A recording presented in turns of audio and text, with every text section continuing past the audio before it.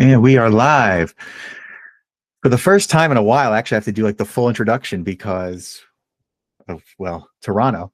Bienvenidos, willkommen, and welcome to the this is the fourth episode of the postseason. Our fifth one will be the end. This is our fourth episode of Sayonara baseball coverage of the 25 postseason. My name is Brandon Payne-Beiser. Been here before with you all, and with me, Commander Kazuki Akiba, and we are exactly right now 3 hours and 0 minutes from the World Series beginning. I believe the first pitch is recorded at 8:08 p.m. Eastern Time in Toronto, Ontario, Canada, and we're going to get to that right now. So same process as before. You've been here before with us. This is year number 5 of us doing this together. We're going to break down each championship series game by game quickly, go through a preview, and then close the show. And we start, Kazuki, our hearts are heavy, but what a series. 7 games between Seattle and Toronto, and we start in game 1 that was in Toronto, what felt like several weeks ago at this point. The Mariners 3, Blue Jays 1. And this reminded us a lot of the 2022 wildcard series because they came out hot. Blue Jays scored more runs against Bryce Miller than any other team in 2025, according to Blue Jays broadcast. Yet they got one leadoff home run from George Springer. Nathan Lukes had a double-digit pitches at bat that drew a walk, and then Cal Raleigh takes a little stroll up to the pitcher's mound, and we don't really know what he said, but Bryce Miller found some kind of composure and just flew through the rest of the game. The Mariners scored runs in the 6th on a Raleigh home run and a Polanco RBI single, and then Jorge Blanco comes back again in the 8th, scores it again. Mariners threw a precise 100 pitches in this game, 3-1 victory. Game 2, Mariners 10, Blue Jays 3. We have hope. Mariners have a 2-0 series lead. 3-run home run from Julio Rodriguez in the top first. Blue Jays come with 3 small ball contact runs in the first and second. And then the Mariners just pour on 7 in a row. A Polanco home run, a Crawford RBI single, a Naylor home run, a Crawford sac fly. Unlike game 1, the Mariners threw 163 pitches. So a lot more. Mariners roughed up early. Rest up nearly every Blue Jays pitcher, especially yes, Savage. I mean, he was cooked in this game. But then the tables turned. Game 3, we're back in Seattle, and the 50% crowd from British Columbia really did a number here because Blue Jays 13, Mariners 4. Shane Bieber, Cy Young style Shane Bieber from Guardians days, outshined George Kirby, who had a no good, terrible, very bad day. I mean, there's nothing, anything else you can say that. Bieber, 6 innings pitched, 4 hits, 2 earned runs, 8 Ks, 98 pitches. Kirby had 4 innings, 8 hits, 8 earned runs, 4 Ks, 94 pitches. It felt like in this game, to be very honest with you, the Mariners kind of, once it got out of hand, just gave up. And I say that just like allow their pitchers to rest. Like they just did it. Every Mariners pitcher allowed a run. Blue Jays hit 5 home runs, 3 solos, 1 2 runs, 1 3 runs. I mean, they just poured it on. So they opened up the can and just poured everything out. And in game 4, Max Scherzer comes from literal left field. Haven't seen this guy in a month, and wins his first start in about a month, beats Luis Castillo and 5 other Mariners bullpen pitchers. And the bottom of the Blue Jays order strikes again. Andres Jimenez goes 2 for 3 with 4 RBI. Either Capoeira goes 2 for 3 with 2 runs scored. Mariners only had 3 at-bats with runners in scoring position. You can't win a ball game like that. But now we go to deciding game 5. And what will go down in history as good vibes, Eugenio, a absolute monster grand slam in this game. Eugenio Suarez hit a solo home run in the second, and then that absolute Richter scale worthy sound effect home run in the bottom of the 8th. Cal Raleigh hit the game tying home run a few batters earlier in the 8th. Blue Jays got RBIs from Springer and Clement. Blue Jays went a whopping 2 for 11 runs in position. Andres Meadows goes scoreless. Bryce Miller wins. He starts and seeds to Brash, and then Brash led the RBI double Springer. But then we get Brian Wu. Let's all remember Brian Wu comes back in this game. The Mariners win.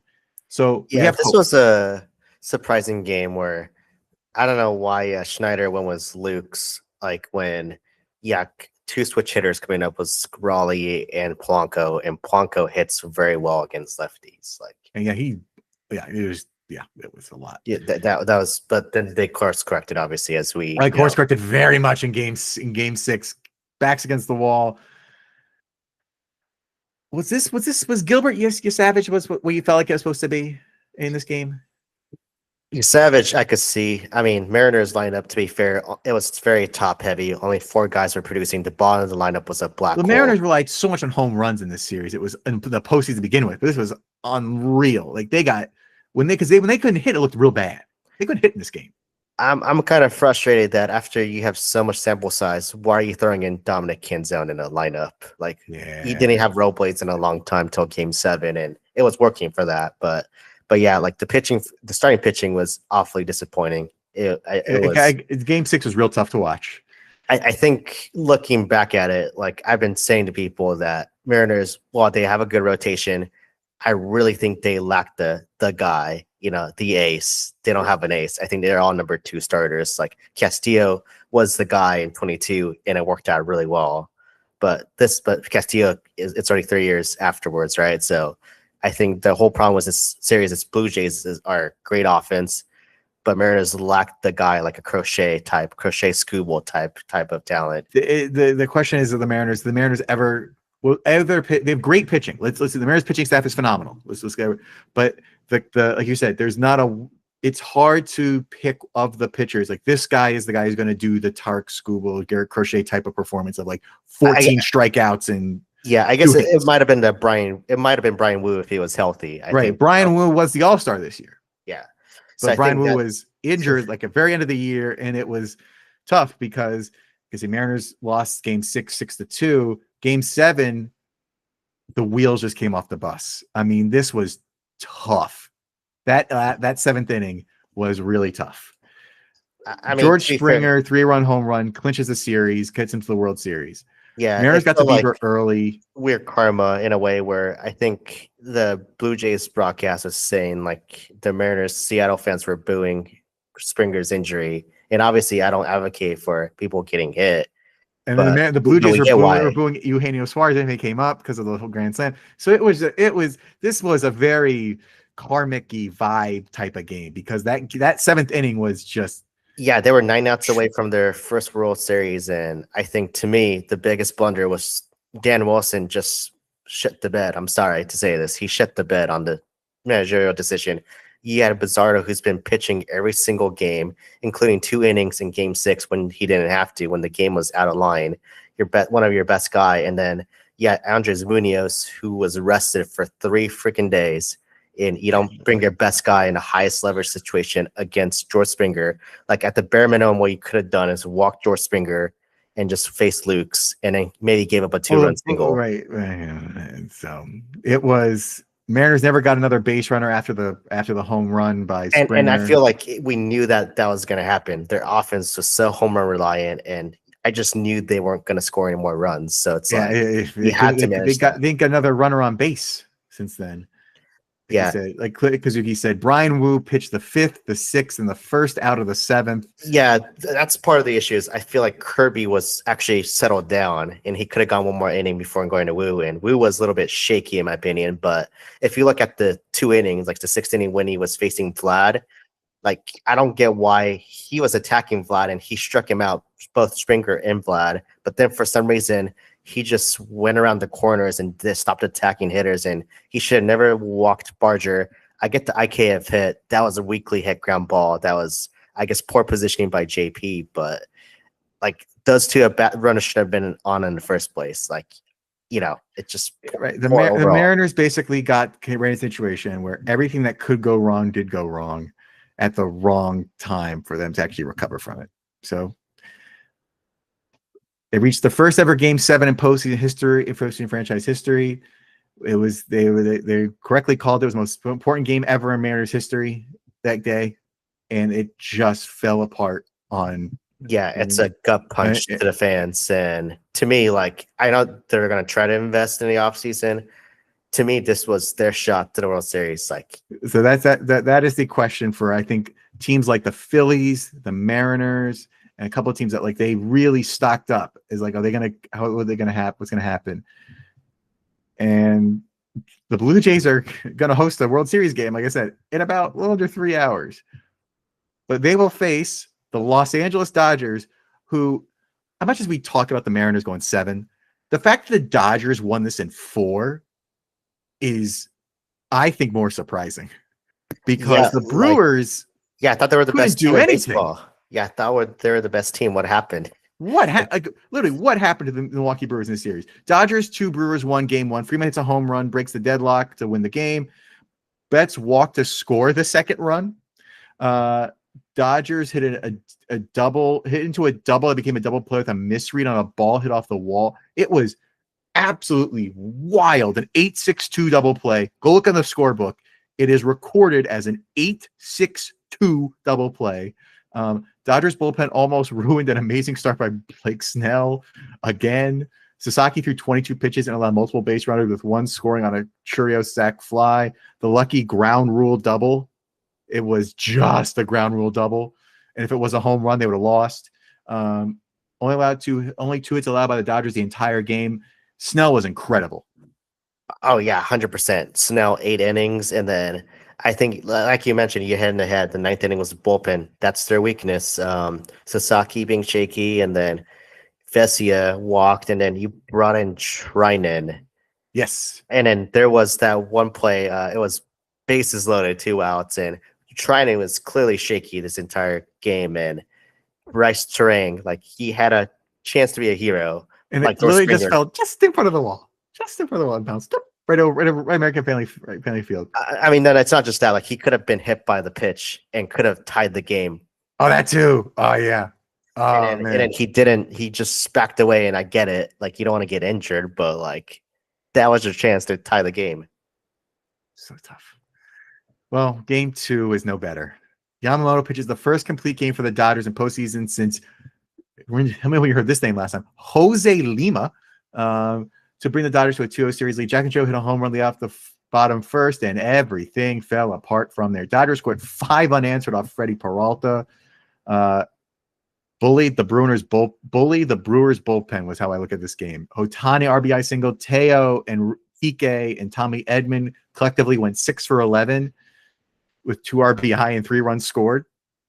Game over. Game 3 back in Los Angeles. Brewers 1, Dodgers 3. Pitchers duel Glasnow versus Mizorowski. Dodgers put away late. Ashley opened for the Brewers again, allowed a run. Glasnow went 5 2/3, 3 hits, 1 earned, 8 Ks. Mizorowski went 5, 3 hits, 1 earned, 9 Ks. But in the bottom 6, Edman got a hit off Mizorowski. Smith single, Freeman walk, Edman RBI single. That's how that went. Uribe comes in the pitch after the RBI single and commits a pickoff error that allowed Freeman to score. And the Dodgers bullpen, much better. And then the same score as game 2 was game 4. So we almost had like mirror scores. If the game 3 was 2-1, it'd be mirrors, but we have mirrors. We were 1 run shy. Game 4, Dodgers 5, Brewers 1. Fine.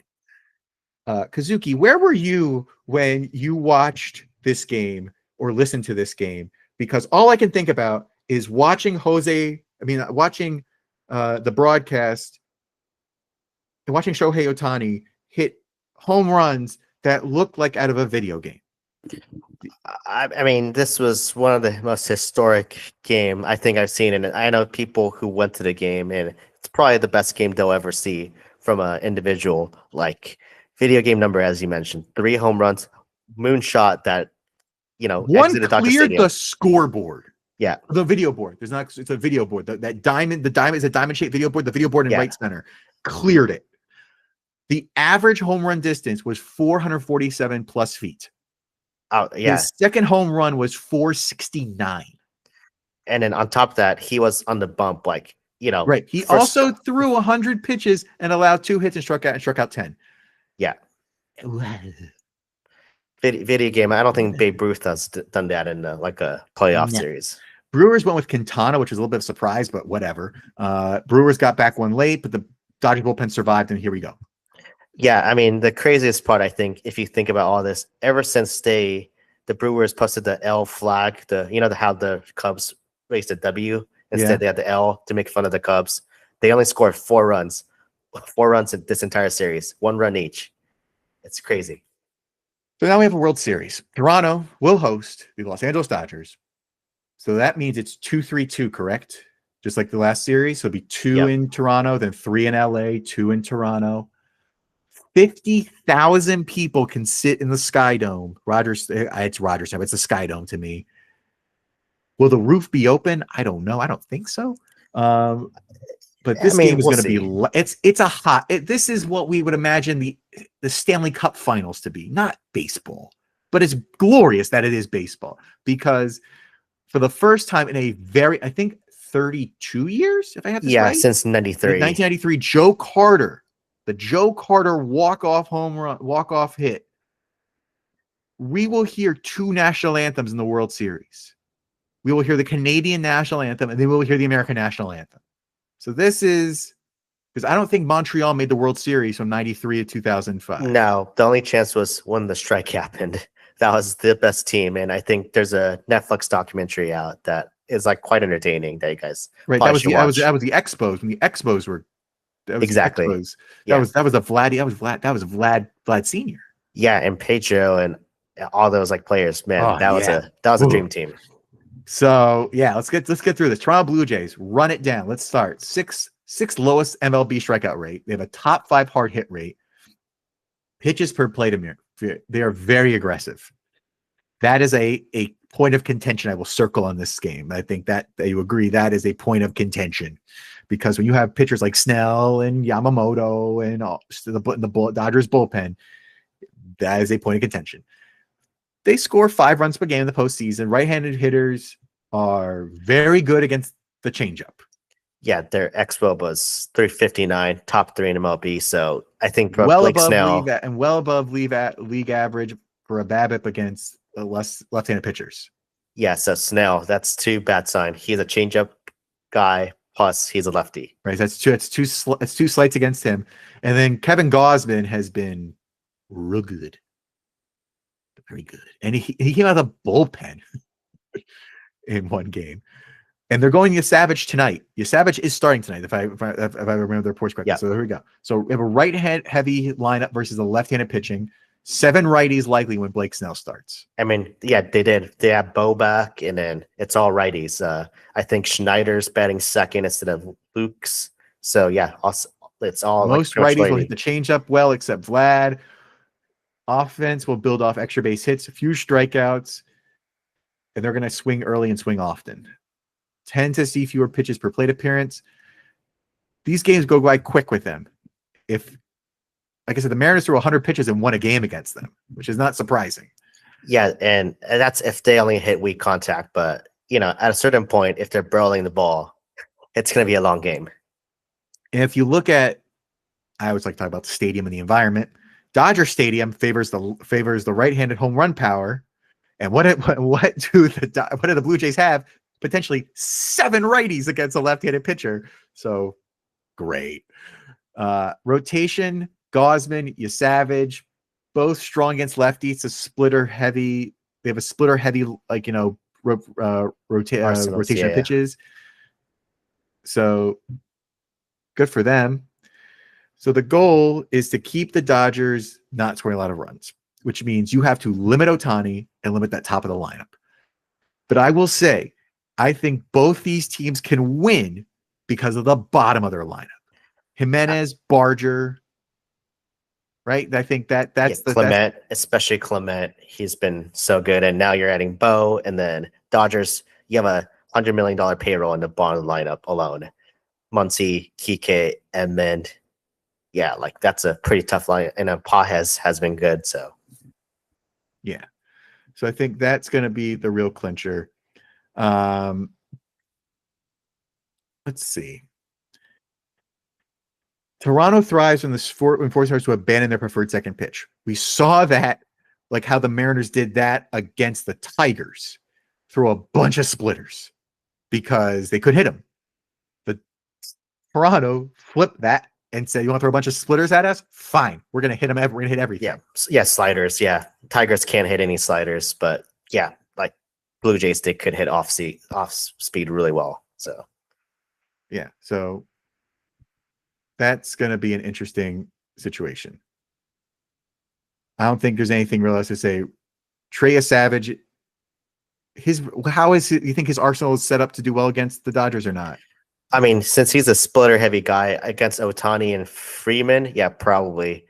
I don't know about righties like Teoscar and Betts. It really depends on what they're hunting for. We'll talk about the bottom of their line. So the bottom of the Dodgers line, I call the bottom, but it's the low. It's the trio. Both Hernandez's, Kike and Teo, and then Tommy Edman. They form a similar force against this pitching, but I think the pitching for the Blue Jays sets themselves up better than I think the Dodgers pitching is against their bottom of the order. So I think there's a slight advantage to the Blue Jays bottom of the order hitting wise in this series. Yeah, and I think it really depends on also how Dodgers pitch and also their defense, how they're shifted against them, because like their defense is both teams are defensively great, but Dodgers defense has been top notch this offseason. Yeah, that'd be a tough one. Defensively, Alejandro Kirk probably better. We have two all-star catchers in this matchup, but he's probably the one who's better at the moment. I mean, Will Smith is probably the best offensive catcher, so you can't discount that. But defensively, yeah, Kirk is probably better. And then I don't know how Bichette's going to do at second, which I think is a better position for him. I mean, now that Clement's been pretty much your shortstop. And Ernie Clement now just goes to the bench. And I think he's a shortstop. You think about shortstop? Okay, so yeah, because Bichette's now the second baseman, because I think their whole has been second base was IKF. So quickly before we get to the Dodgers, let's predict the lineup. Generally, the lineup. I think it's already. I think it's out. Yeah, let's look up now. Yeah, it's already been out. I think let's look up the lineup. Yeah, it's already out. Okay, so real time here. So we know Savage is starting tonight. We also know some definites in this lineup. First base is Vladimir Guerrero Jr. Catcher is Alejandro Kirk. Center is George Springer. No, George Springer, he can't play center. I think he's more. I think he's DH. He's in with the DH. Is that because of the injury? Well, he's been kind of. He's like 34. I think he's pretty old now. So he's so good. Yeah, you're right. No, offensively he's amazing, but he's aged. So I think he's been playing right field more. Okay, so let me find this, but I'm doing this live real quick. So I thought it was. You haven't posted it yet? No, it's busted. It's busted. It's Springer DH. Schneider. Springer's at DH. So Springer's batting. Springer's are 10. Yeah, Schneider at left. Guerrero. Okay, so Schneider. We got who's next? Guerrero at first. Guerrero's at first. So this is you're going in batting order, right? You're going in batting order. So Springer leading off. Schneider, Guerrero. Okay, who's next? Fourth. Bichette. Wow, that's an aggressive move. Yeah, I mean, especially because he's just coming back. He hasn't played in a month. So and then is Kirk at catcher. Yep. Did you say Bichette's listed at second? Yep. Okay.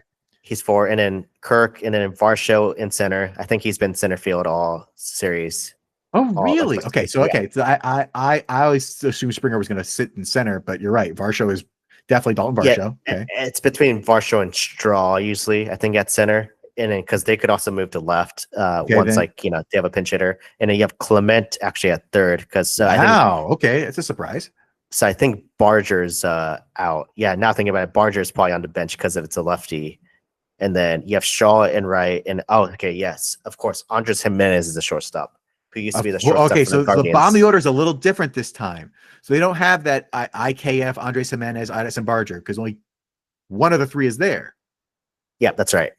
So the bottom of the order is very different this game, but it's still really good. It's Clement, Jimenez, and who's 7, 8, 9? It was Clement, Straw, and then Jimenez. Because Jimenez is So the only lefty, I think, in this line. Jimenez and Barsha is only lefty, otherwise all righty. So yeah, I mean, talk about a good bottom of the order. But we'll go to the Dodgers now. Dodgers have the best postseason ERA. And I think obviously that series against the Brewers did it for them. They have a very low BABIP, though, 236, a high walk rate. Snell has a sub-1 ERA. They have a +8 of defensive runs saved. So defensively, best team in the postseason. An on-base percentage of 324, which is middle of the postseason teams. Second in home runs behind the Mariners. And then Roki Sasaki has a sub-1 ERA out of the bullpen with 19 strikeouts and 1 walk in 12.1 innings, 12 and a third innings pitched. They've won most of these games not by scoring a bunch of runs, but having the other teams not score any. Defensively, thanks to the LCS, to be honest. Right, defensive superiority in the playoffs for them. Snell has been the best pitcher they can possibly imagine. That's why they acquired him. And I think he's the only Scott Boras client that Dodgers signed. Like, I think he's the only Scott Boras guy. So now they have elite defensive positioning, and we saw that on full display in the Brewers game with that wheel play. Was that the Brewers? Well, no, wheel play was the Phillies. Wheel play was the Phillies series. That's correct. Sorry. The stadium lighting is confusing me in that one. But the wheel play was Betts and Muncy and Smith. Will Smith and all of them fun players. Just they had that all set up really well. But now, while I talk, Kazuki's gonna probably pull up the batting order for that, but opening the first game one lineup for this team. So rotation depth: Snell, Ohtani, Yamamoto, and Glasnow. They finally got 4 starters. That's a big thing for the Dodgers. Yes. 4 number 1 starters. 4 quality number 1 starters. Because last year they did not have that, and then when they won it previously, they really didn't have it to the extent they have it now. Yeah, because you had Flaherty, Yamamoto, and a Buehler, so only 3 starters, and then the bullpen was actually elite last year. Right, and the bullpen is, the bullpen's a pressure point, and the news today was Vesia is not in the lineup for at least the first 2 games. No, he's not in the roster, I think, period. Not in the roster, period. But Tanner Scott may take him for him. And Vesia is out. Tanner Scott's not on there either. They pick him. Oh, that moment didn't. That sailed. So the bullpen is a different mix. Obviously, with Vesia, that progression is going to be changed. So the only one Sasaki, Banda, and Trinan that's there, and then I think they added Dreyer, and then there's another guy I think they added. I think it was like Hernandez. Are they going to use Kershaw? No. Kershaw should be in there, I think, still. Kershaw's still in there. Okay. But Vesia is out because something very serious happened with his family. That's all the Dodgers said. We hope and wish his family well. But there has been not a lot of said, and I don't think we deserve the right to know. But we know Vesia is not in the lineup. Every move that the Dodgers have made when they have done through the last several rounds has paid off. Minus the Trident move. the hitting, the pitching. The bullpen has been inconsistent but winnable. I mean, they take big risks when they do things, and they've all paid off. The conundrum is everything that the Dodgers are good at is everything the Blue Jays are also good at. Blake Snell's pitching mix favors how the Blue Jays like to hit. The defensive setup for the Dodgers, so it makes the Blue Jays have to hit a little bit differently. But that little bit differently is not too far straying away from what they're good at. So it's kind of like every strength of the Dodgers is basically what allows the Blue Jays to also be good. Like, it's a really strange kind of, like, it's almost paradoxical. But we'll talk about the lineup real quick here. The lineup has been posted for the Dodgers as well. We're assuming that, correct? Yep. Okay. Do you have that in front of you now? Yep. Okay. So let's go down the Dodgers batting order. I think it's pretty typical. I mean, okay. Ohtani leading off. Yep. Betts. Ohtani is obviously DHing. Well, yeah, he doesn't play the field, so he's DH. So it's a Betts. very DH number 1 for both teams. That's interesting. Yeah, Betts shortstop. Yep. Freeman first. Mm-hmm. Will Smith at catching. This is very similar. Yep. Teoscar at right. Typical. Yep. Muncy third base. Yep. TK left field. Yep. Feels like he's been playing every game, which makes sense. He's a postseason guy. Edman at second. Yep. And then Pa has center field. That lineup hasn't changed for a long time. Yeah, it's been pretty consistent. I think Edman might have been up a little higher, but I assume it's matchup based. So they basically can run a matchup based lineup the entire series. Yeah, same 9 players and just the top 4. Yeah, right. Top 4 is set, but the 5 through 9 is matchup based and just run it. Just keep doing around. And you said the middle, those guys that we talked about, Teo, TK, Edman are what 5, 7, 8. Yeah, for this at least for this game, yeah. So here we go. Bottom of the order bat matchup. No team has a glaring weakness. It's all about matchups, pitches, ballparks, bullpen management. It's all about the little things.